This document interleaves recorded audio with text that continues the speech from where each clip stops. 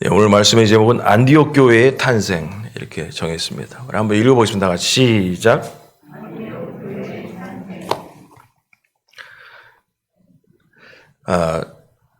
안디옥 교회 그냥 많이 들어봤습니다. 많이 들어봤는데 그냥 대단히 중요한 의미가 있어요. 뭐냐면 사도행전에서 처음 나온 게 예루살렘 교회가 나오잖아요. 그게 첫 번째 교회예요. 예루살렘 교회가. 근데 두 번째 교회가 뭐냐? 안디옥 교회가 세워진 거예요. 두 번째 교회가. 2번이요, 2번. 근데 이 2번 안디옥 교회가 예루살렘 교회는 이스라엘 땅 안에 세워진 거거든요. 근데 이 안디옥 교회는 이스라엘 바깥에 세워진 거예요. 그러니까 이방 세계에 세워진 교회로서는 1번이고요. 전체적으로 봤을 땐 세계적으로 사도행전 시대 때 2번 교회가 되죠. 그리고 이 안디옥 교회에서 그리스도인이라는 얘기가 나왔어요. 예수 믿는 사람들을 그리스도인이라는 이런 호칭이 나온 게 안디옥 교회예요. 그래서 안디옥 교회는 신앙적으로 대단히 중요한 의미를 갖고 있다라는 겁니다. 자, 안디옥 교회의 그런 얘기를 머리에 집어넣고 19절부터 교도해 보겠습니다.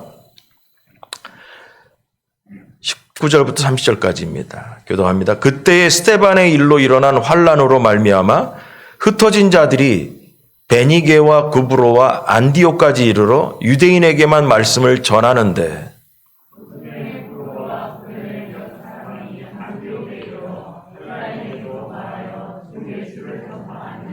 주의 손이 그들과 함께 하심에 수많은 사람들이 믿고 주께 돌아오더라.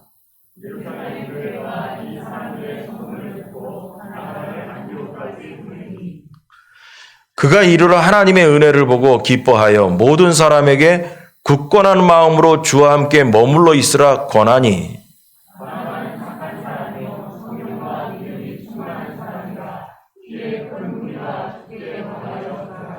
바나바가 사울을 찾으러 다소에 가서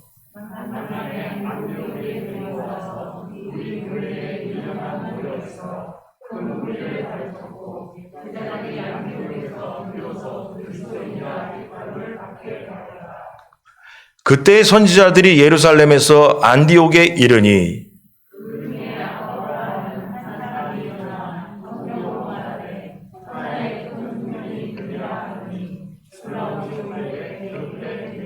제자들이 각각 그 힘대로 유대에 사는 형제들에게 부조를 보내기로 작정하고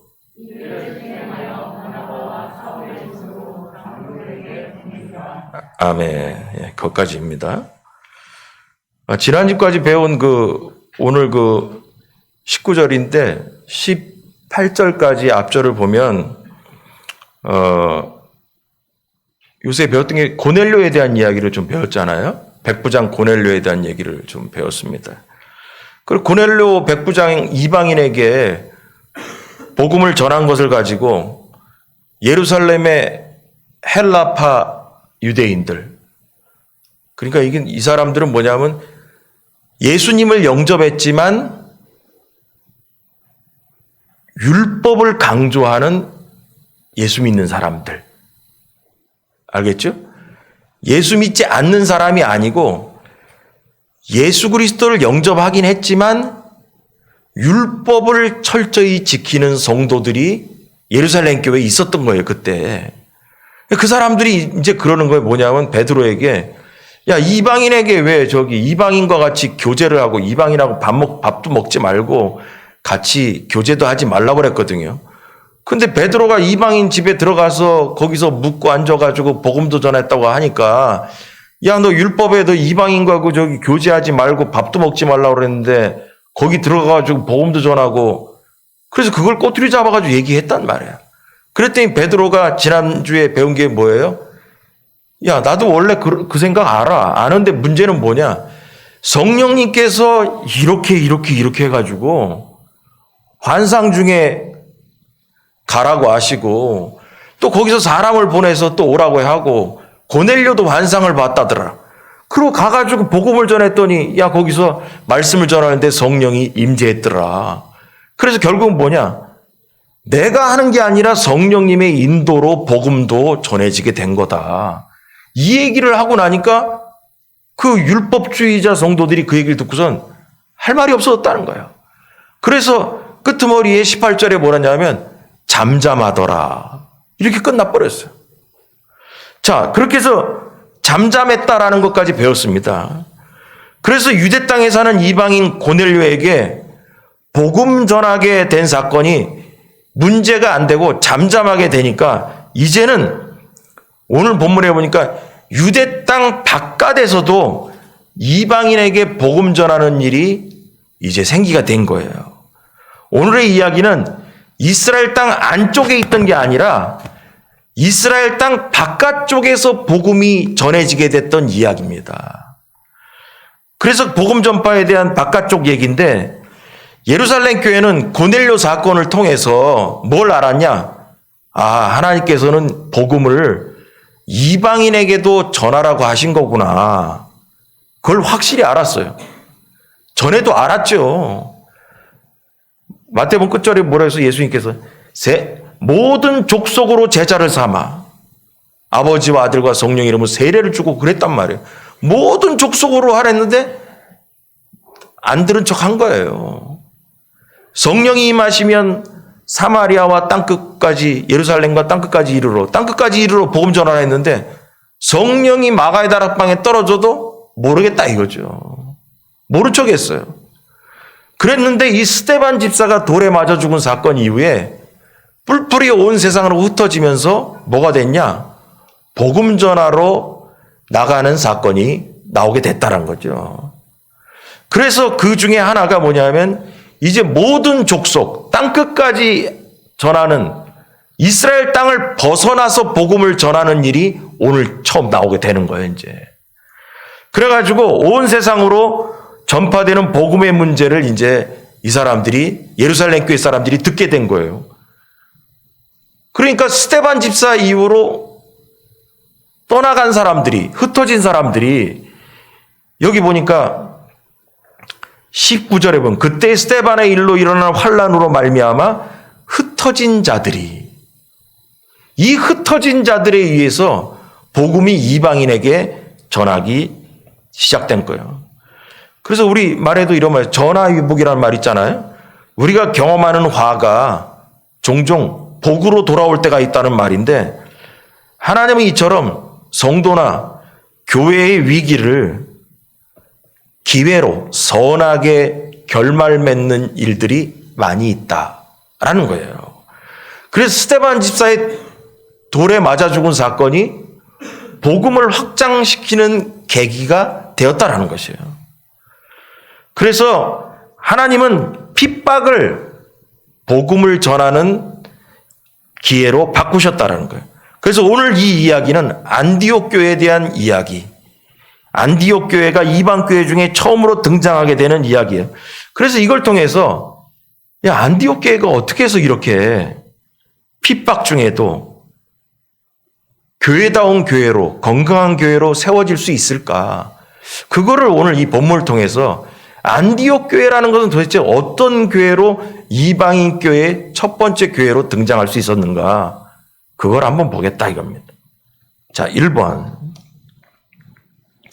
담대한 전도자가 있어야 됩니다. 다 같이 시작.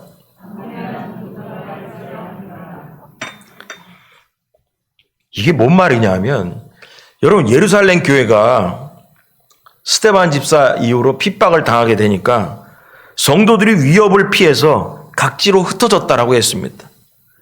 그 중에 일부가 보니까 예루살렘 안쪽에서 도망 다닌 게 아니야. 이스라엘 땅 안에서만 도망 다닌 게 아니라 이 사람들이 뭐냐면 이스라엘 바깥으로 떠나버린 거예요. 이스라엘 땅에 안에 있어봤자 이스라엘은 하나님 믿는 그 제사장들이 있고 그 서기관이 있고 뭐 저기 바리새인들이 있으니까 바울과 같은 그런 사람들이 있으니까 또 잡혀 죽을 수 있잖아요. 그러니까 이스라엘 땅을 벗어나 버리는 거예요. 그래서 19절에 그때 스데반의 일로 일어난 환란으로 말미암아서 흩어진 자들이 베니게와 구브로와 안디옥까지 이르러 유대인에게만 말씀을 전하는데 유대인에게만 말씀을 나가서도 또 그랬어 또. 지들끼리 또 나가서 유대인에게만 외국에 있는 사람들에게 외국에 있는 유대인에게만 전했다는 거죠. 그 중에 구브로와 구레네 몇 사람이 안디옥에 이르러 헬라인에게도 말하여 주 예수를 전파하기 시작했다라는 거예요. 근데 그게 먹혀 들어갔다는 거예요.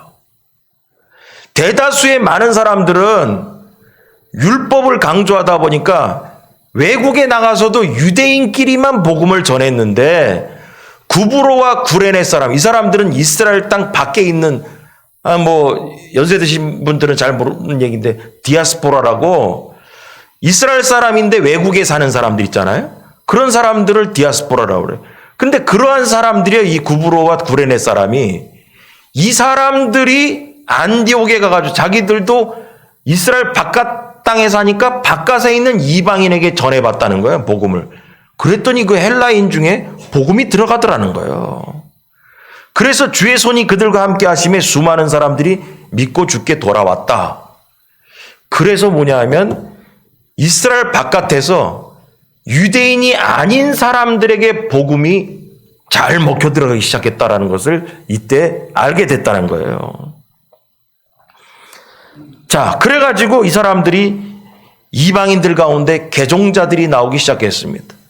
개종자라는 말은 유대인이 아닌 사람들 중에 예수님을 영접한 사람들이 등장하기 시작했다는 것입니다. 이들은 원래 헬라인 사람들은 원래 믿던 그리스 로마의 그 귀신들 있잖아요. 우리 어렸을 때 들었던 신화나 거기 나왔던 그런 귀신들을 버리고 예수님을 영접하기 시작했다는 것입니다. 자, 그랬다는 얘기인데 그럼 여기서 뭐가 중요한 얘기냐? 여러분 여기서 중요한 부분은 뭐냐 하면 환난으로 인하여 흩어진 자들입니다. 안디옥 교회가 생기게 된 첫 번째 이유, 이름도 없이 흩어진 자들에 의하여 복음이 전파되었다는 거죠. 이 흩어진 자들이 없었다면, 복음 전하는 사람이 없었다면 안디옥 교회는 세워지지 않았다라는 거예요. 이 흩어진 사람들은 성경에 이름도 안 나와요. 여기 보니까 19절에 보니까 사도행전에 나오는 주인공들 베드로나 바나바나 사도 바울이나 그런 이름도 안 나와요. 그저 이름도 없이 스데반 집사의 사건 이후로 오로지 복음을 들고 이방인의 땅을 향해서 복음을 들고 나간 자들이었습니다. 우리는 이들을 모른 척할 수가 없다라는 거예요. 이걸 보면은 사람들이 그 얘기할 거예요. 안디옥 교회만 막 그냥 생각할 거예요. 근데 안디옥 교회가 왜 생겼는데? 환난으로 말미암아 흩어진 자들을 통하여 안디옥 교회가 세워졌다라는 거예요. 근데 이들은 뭐냐면 이름도 안 나와 성경에. 그래서 2000년이 지난 우리가 이 설교를 하고 이 말씀을 볼 때 우리의 눈이 어디 가야 되냐? 이름도 없고 힘도 없던 이 흩어진 자들에 의하여 교회가 세워졌다라는 거예요. 이 사람들의 공을 우리가 무시해서는 안 된다라는 거죠. 그 당시 주인공은 어디예요? 예루살렘 교회가 주인공이죠. 그곳에 사도들이 다 들어가 앉아 있어요. 예루살렘에. 사도들이 거기 안에. 그리고 그것이 요새 말로 총회본부나 같아요. 거기가. 예루살렘 교회가. 그리고 유일한 초대교회예요. 그런데 이방 세계에 두 번째 교회가 세워지게 됐는데 그 두 번째 교회를 세우게 된 사람들이 뭐냐? 이름도 없는 환난을 피해 도망간 흩어진 자들이라는 거예요. 여러분 이들에게 그럼 특징이 있다라는 거예요. 무슨 특징이냐? 환난 중에도 복음을 담대히 전하는 특징이 있다라는 거죠. 이 사람들이 문제가 뭐냐면 19절에 환난으로 인해서 스데반인의 돌 맞아 죽은 사건으로 인해서 환난으로 말미암아 흩어진 사람들이에요.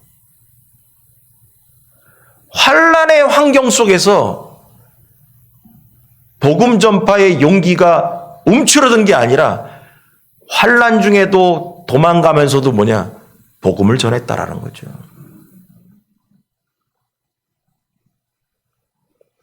그래서 예루살렘 교회는 교인들을 환란이라는 위기 앞에서도 복음을 전할 수 있는 담대한 전도자들을 배출했다라는 것이죠. 이것이 특징입니다. 환란 중에도 복음을 담대하게 전하는 자들이었다는 거예요. 여러분, 사역자는, 우리 예수 그리스도를 믿는 우리는 환란이 오더라도 쉬는 것이 아닙니다. 무서워서 쉬는 것이 아닙니다. 환란이 와도, 살기 힘들어도 복음 전파는 계속돼야 된다는 것입니다. 자, 이 설교 준비하다가 갑자기 떠올랐어요. 찬송가 336장이 이해가 왔어요. 환난과 핍박 중에도 성도는 신앙 지켰네가 무슨 말인지 왔어요. 환난과 핍박 중에도 흩어진 자들은 복음을 전했다라는 거예요. 그래서 죽도록 충성했다라는 거죠. 이 찬송가 가사가 마음에 확 와닿더라고요. 이 이름 없이 환난 중에 흩어진 자들을 설명한 가사인 거예요. 여러분, 예수 그리스도의 제자들 중에 꽃길만 걷는 사람 아무도 없습니다. 인생길에는 반드시 가시밭길이 있습니다. 하지만 가시밭길에 접어들었다고 그 길에서 성도가 복음을 전하는 일을 게을리하거나 침묵해서는 안 된다라는 거죠. 이 안디옥 교회를 세운 사람들은 사도들도 아니었어요. 스데반 집사의 돌에 맞아 죽는 사건을 보고 무서워서 이스라엘 땅을 떠난 흩어진 이름도 없는 자들이었어요. 그런데 그들이 가서 뭘 했냐? 숨어 있는 게 아니라 거기서 복음을 전하고 앉았더라는 거예요. 그러므로 우리는 이들은 환난이 와도 복음을 전했는데 환난이 안 와도 복음을 안 전하는 사람들이 있어서는 안 된다는 거죠. 여러분, 우리의 본업은 복음 전파인 줄 믿으시기 바랍니다. 오로지 복음 전파입니다. 우리는 어떤 경우에도 예수님의 증인으로 살아야 합니다. 우리는 죄인들에게 죄를 용서해주고 영원한 생명을 약속하는 복음을 끊임없이 전해야 되는 것입니다. 우리가 복음을 전할 때 우리 영혼이 건강함을 유지할 수 있고, 또한 우리가 속한 교회도 영혼을 낳는 건강한 교회로 유지될 수 있습니다. 할렐루야. 2번, 안디옥 교회는 어땠냐? 서로 돌보며 협력, 격려해야 합니다. 다 같이 시작. 다시 한번 시작.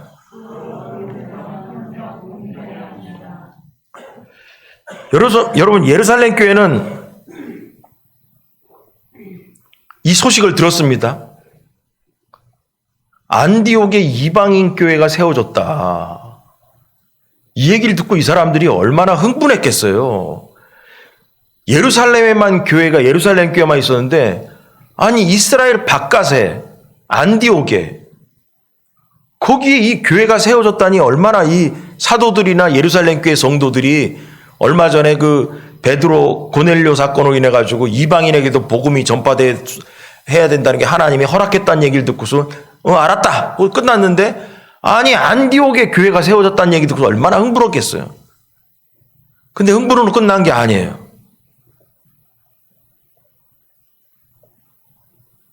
그 교회의 성도들을 돌볼 사람을 파송했습니다. 그래서 예루살렘 교회가 이 사람들의 소문을 듣고 바나바를 안디옥까지 보냈다라는 거예요.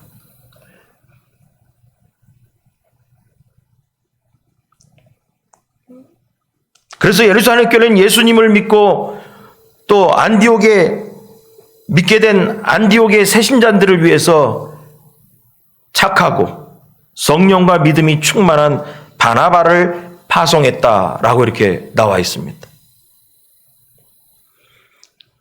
근데 이 부분을 제가 이제 원어로 된 걸 이제 쭉 찾아봤어요. 찾아봤는데 22절에 안디옥까지 보내니라는 보내니의 이 신약학자들이 말을 많이 썼더라고. 그래서 이게 뭔데 이게 보내니에다가 이렇게 해석을 많이 달았나 해가지고 원어를 쭉 봤어요. 원어 해석이. 다른 성경에는 쉬운 성경에는 여기를 파송하니라고 이렇게 돼 있어요. 파송을 했다. 근데 그 의미가 뭐냐? 의미가 해석을 찾아보니까 이래요. 바나바를 예루살렘 교회가 파송한 목적은 개종한 자들에 대한 관심과 염려, 그들에게 용기를 주기 위함이었다. 오늘날의 파송 역시 이런 선한 목적을 위한 파송이 돼야 된다. 여러분, 제가 너무 은혜 받았어요. 파송의 목적이 뭐냐? 바나바가 예루살렘 교회에 가게 된 파송의 목적이 뭐냐? 그 교회 이방인들의 성도들에 대한 관심과 염려와 그들에게 용기를 주기 위해서 갔다라는 거예요. 원어의 뜻이. 그러면서 학자들이 뭐라 썼냐? 이 시대의 파송도 이러한 의미로 가야 된다라는 거예요.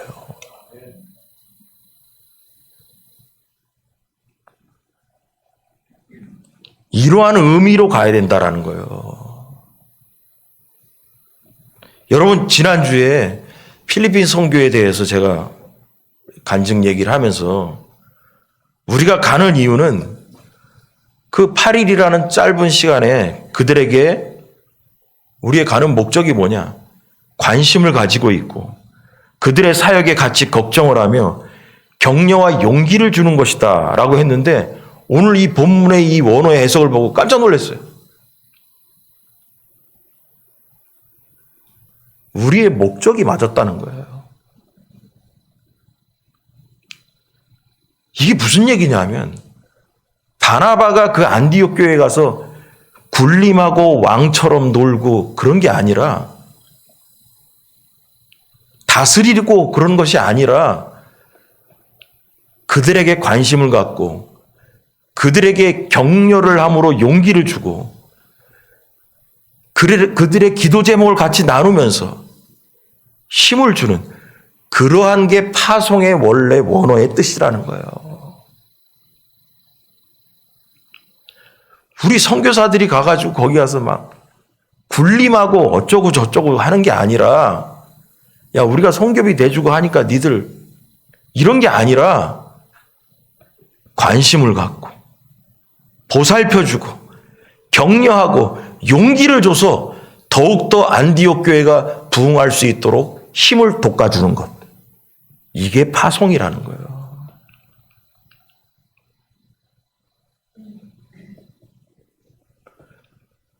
그래서 복음이 들어간 곳에 들어가는 자들의 자세는 이래야 된다라는 거야. 교회가 세워지고 끝이 아니라 지속적인 관심과 격려가 필요하다라는 거죠. 안디옥 교회 세워졌으니까 그래 알았다. 그런가 보다 하고 끝난 게 아니라 예루살렘 교회에서 뭐냐? 그 교회를 관심을 갖고 더 잘 성도들이 클 수 있도록 사람을 보냈다라는 거예요. 그때 더욱더 그들이 힘을 내어서 복음에 반응하게 된다는 것입니다. 그래서 안디옥 교회를 예루살렘 교회가 놔둔 것이 아니라 바나바에게 그 일을 하라고 파송했다라는 것입니다. 이게 돌보며 협력하고 격려했다라는 거예요. 우리가 영적으로 건강하게 성장하려면 목회자의 인격적인 돌봄이 매우 또 중요합니다. 아무리 세상이 변해도 인터넷 설교만으로 영원히 성장할 수 없어요. 앞으로 그런 사람들이 많이 등장할 거래요. 교회 뭐하러 가냐? 요새 이제 인터넷으로 보면 되고 어쩌고 그런데 점점 들고 있다고 합니다. 여러분 성도가 개인적으로 하나님을 만나고 경험하는 것도 중요해요. 하지만 성도는 누구나 교회의 목회자들이나 성도들을 통해서 교제를 통해 영적 돌봄을 받아야 합니다. 말씀 공부도 해야 되고 지속적으로 신방도 받으면서 교제하고 인격적인 관계를 맺어야 되고 또 목회자의 기도의 지원도 아낌없이 받으면서 성장해야 된다는 것이죠. 그렇지 않다면 바나바를 파송할 이유가 없다라는 거죠. 그리고 바나바의 그 헌신적인 목회로 안디옥 교회가 성장하기 시작했습니다. 성장하게 되니까 바쁘잖아요. 자기 혼자 하기 힘들었어요. 그래서 바나바는 목회를 지혜롭게 감당하기 위해서 동역자가 필요했어요. 그래서 눈이 멀었다가 눈을 뜨게 된 사울을 찾아갑니다. 놀고 있던, 사역을 하지 않고 놀고 있던 사도 바울을 찾아갑니다. 그래서 사도 바울이 그때까지도 사울이라는 이름으로 불려지고 있었는데 25절 보니까 바나바가 사울을 찾으러 다소에 가서 만남에 안디옥에 데리고 와서 둘이 교회에 1년간 모여 있어 큰 무리를 가르쳤다라는 거예요. 바나바 혼자 하기 힘드니까 그때 사역지가 없이 쉬고 있던 사울을 가서 만나서 데리고 온다라는 것이죠. 그래서 바나바는 사울을 자기와 함께 안디옥 교회를 세울 동역자로 여겼습니다. 그래서 사울과 협력해서 교회를 건강하게 이끌어 나갔습니다.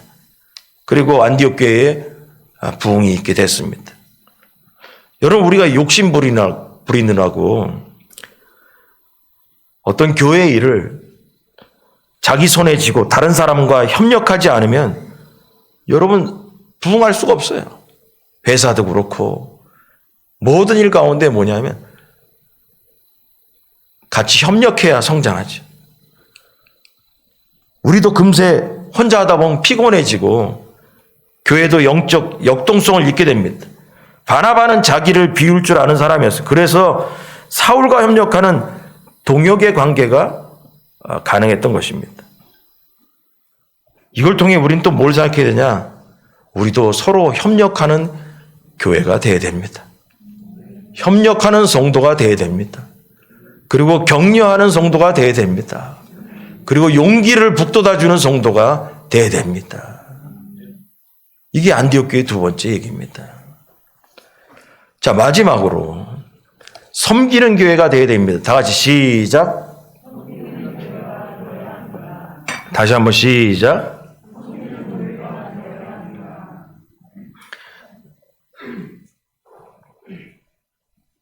이 바나바하고 이제 사울이 이러고 있는 동안에 예루살렘에서 선지자들이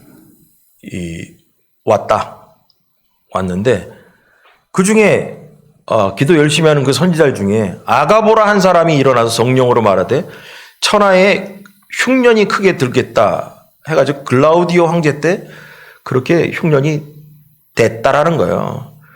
그래서 제자들이 각각 그 힘대로 유대에 사는 형제들에게 부조를 보내기로 작정하고 성교원금을 보냈어요. 여러분, 예루살렘 교회에서 안디옥을 도와줘야 될 판인데 외국에 있는 안디옥 교회에서 예루살렘을 향해서 성교원금을 모아서 보내게 됐다라는 거예요. 그래서 이를 실행하여 바나바와 사울의 손으로 장로들에게 보냈다라는 거죠. 이게 뭐가 거꾸로 됐어. 총회본부가 있잖아요.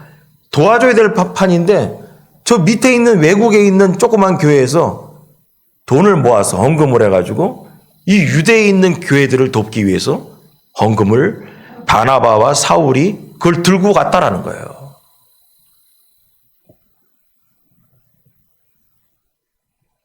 그래서 안디옥 교회의 마지막 특징은 뭐냐?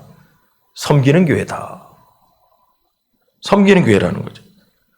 여러분, 교회는 우리가 보면서 여기 보면은 형편이 어려운 교회들을 또 어려운 환경에 있는 사람들을 도우려고 해야 됩니다. 복음 안에서 하나 된 형제와 자매이기 때문입니다. 복음 안에서 서로 구제하고 돕는 것은 교회와 성도의 마땅한 도리입니다. 그래서 교회를 돕는 일에 또 너무 어려운 일에 있는 상황에 있는 분을 돕는 일에 우리가 참여해야 된다라는 것입니다. 오늘 저기 오시진 않았는데 오시지 않았으니까 얘기할까? 우리 여기 피아노 옆에 맨날 앉던 분 있잖아요. 다문화 베트남 처자인데 너무 불쌍해요. 그래서 우리 저기 영미 집사님이 전도해가지고 같은 베트남 사람이니까 전도해서 와서 지금 3년 정도 됐나? 근데 오자마자 영미 집사님이 제자 훈련을 시키고 예배생활 가르치고 해가지고 그 어려운 환경 중에서도 11조 드리면서 너무 감사한 거예요.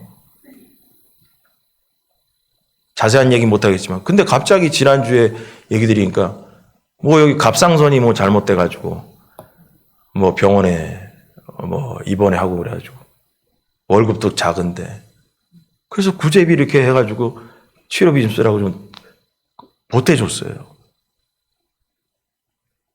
너무 어렵게 살고 그냥 딸 둘 있고 또 남편은 없어요. 처음 얘기하지만.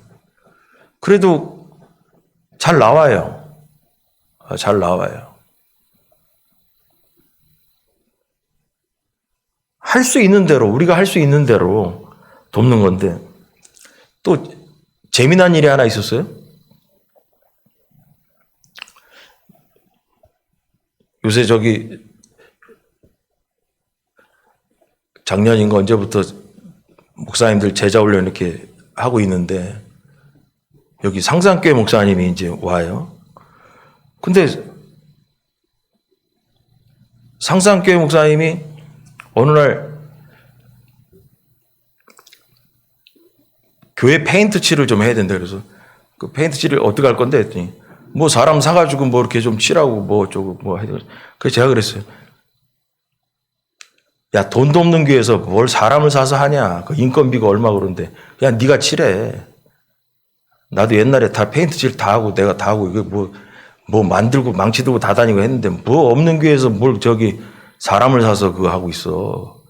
그랬더니 또 제 말을 듣고 페인트 칠을 하다가 사다리에서 떨어졌어요.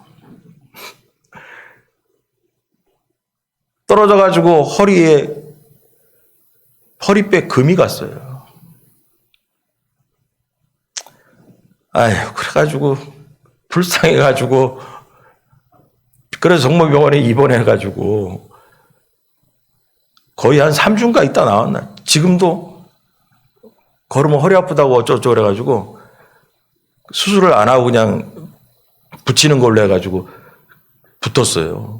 그래도 힘들대요. 근데 마침 있잖아요. 지난 12월에 우리 성결교단에 서울 강석교회라고 큰 교회가 있는데 우리 교단에서 처음으로 그런 일을 했는데 그 교회에서 한 교회에서 10억 프로젝트라고 해가지고 전국에 있는 어려운 교회 돕기 위해서 10억의 헌금을 내놓은 거예요. 그래가지고 사연을 써서 보내면 거기서 당첨을 시켜줘가지고 하겠다 그래서.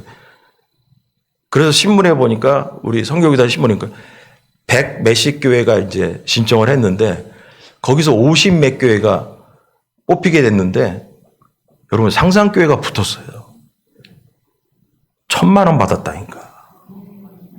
할렐루야. 그냥 주냐? 그냥 안 주죠. 추천서가 있어요. 제가 우리 지방에 목회 코칭 하는 직분이 있어가지고 우리 총회 국내 선교회 그런 게 있어요. 그래서 거기에서 제 추천서를 우리 지방에 사람은 받아야 돼요. 그래서 제가 짠하잖아요. 제 얘기 듣고 허리 부러져가지고. 그래가지고 정성을 다해서 써주세요. 정성을 다해서. 여러분 1,000만 원 받았어. 1,000만 원. 그게 얼마 전 지난달 얘기예요. 그 뭔 얘기냐? 우리가 할 수 있는 한도 안에서 섬기려고 노력하기 바랍니다. 뭐 우리가 떼돈 벌어서 떼돈 있으면 뭐 떼돈으로 하겠지만 떼돈도 없는데 우리가 할 수 있는 환경 안에서 그래가지고 어떤 사람들은 신청했는데 우리 지방에 떨어진 사람도 있잖아요. 왜 상산 니네만 됐냐?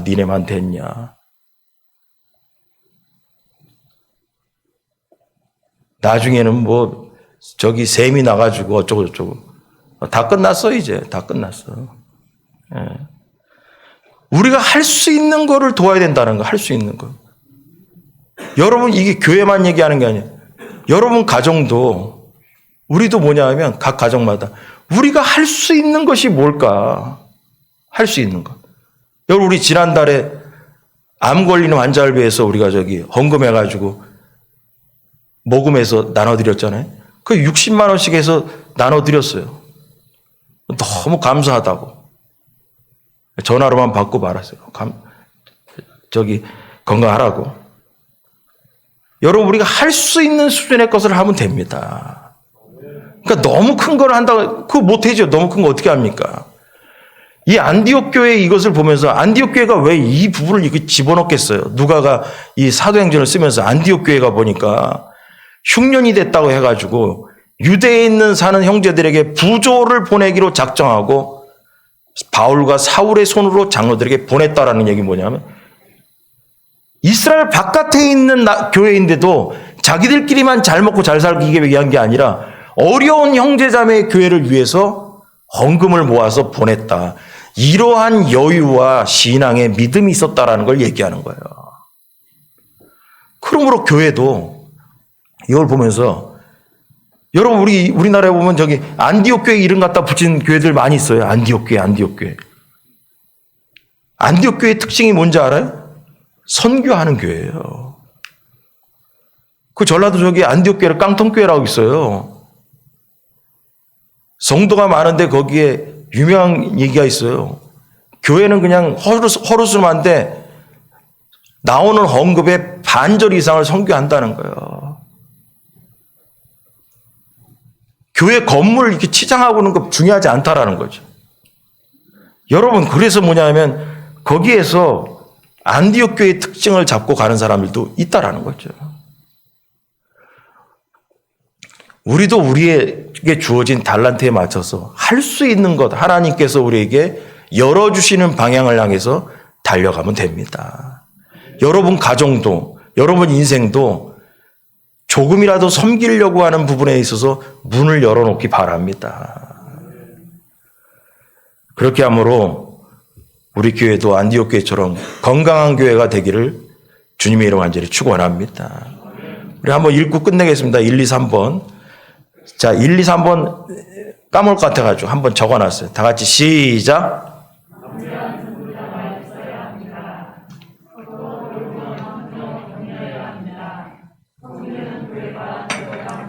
아멘. 예, 우리 다 같이 주여 삼창하시고 우리 가정과 우리 교회가 이렇게 건강한 신앙, 건강한 교회가 되도록 노력하는 교회와 성도가 되게 해달라고 기억을 더듬으면서 우리 다 같이 주여 삼창 기도하겠습니다.